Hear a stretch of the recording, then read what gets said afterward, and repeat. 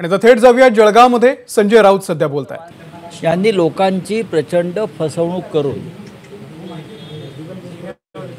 लोकांना आमिष दाखवून लोकांना भ्रमित करून इथे विजय मिळवला आहे नक्की, पण संपूर्ण देशामधलं वातावरण, महाराष्ट्रात आहे संपूर्ण देशामधलं वातावरण झपाट्यानं बदललं आणि बदलताना मला दिसतं आहे। नरेंद्र मोदी यांच्या फसवेगिरीला आता या देशाची जनता अजिबात भुलणार नाही। आपण पाहिलं असेल महाराष्ट्रातल्या मोदींच्या सभांना अजिबात प्रतिसाद नाही। सभा झाली कधी, संपली कधी, मोदी परत गेले कधी, हे कोणालाच कळत नाही। मोदी येतात कधी, मोदी जातात कधी। मोदींचं जे काय हवा निर्माण केली होती गेल्या 10 वर्षात, ती हवा पूर्णपणे संपलेली आहे।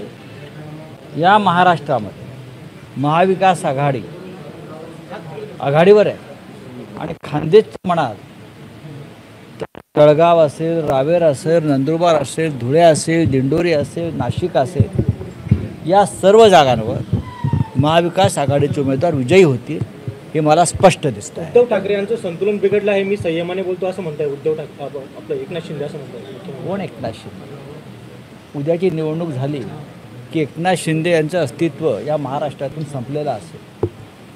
संतुलन कोणाचं बिघडलं आणि कोणाचं काय झालं हे 4 जून नंतर कळेल। रवी राणांनी त्या ठिकाणी आरोप केलेले की बच्चू कडू मातोश्रीवरून पैसे घेऊन काम करतात आणि मातोश्रीची बी टीम आहे। मी आता जळगावला आहे, तेव्हा तुम्ही जळगावविषयी बोला। दोन्ही जागा 5 लाखांच्या लीडने आम्ही जिंकणार आहोत। नशीब 50 लाखाच्या लीडने बोलले नाहीत, 50 लाखाच्या लीडने बोलले नाहीत, याबद्दल मी त्यांचं अभिनंदन करतो। अमरावतीमध्ये बच्चू कडू यांच्या सभेवरून वाद पेटलेला आहे, राजकारण तापलंय।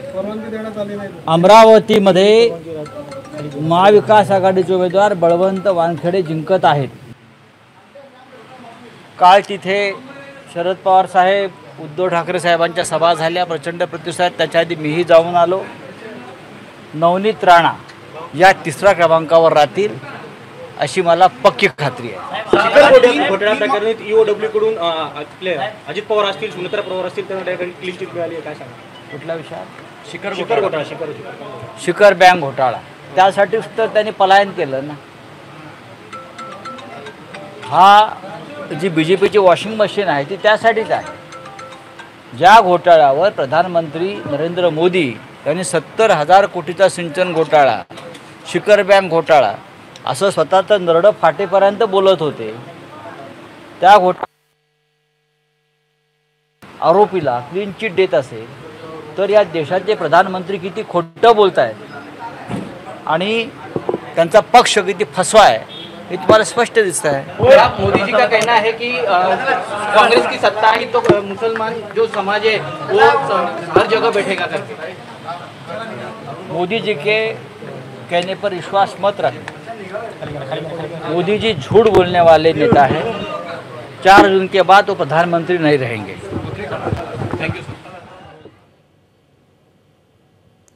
तर जळगावमध्ये सध्या संजय राऊत बोलत होते। ABP माझा, उघडा डोळे बघा नीट।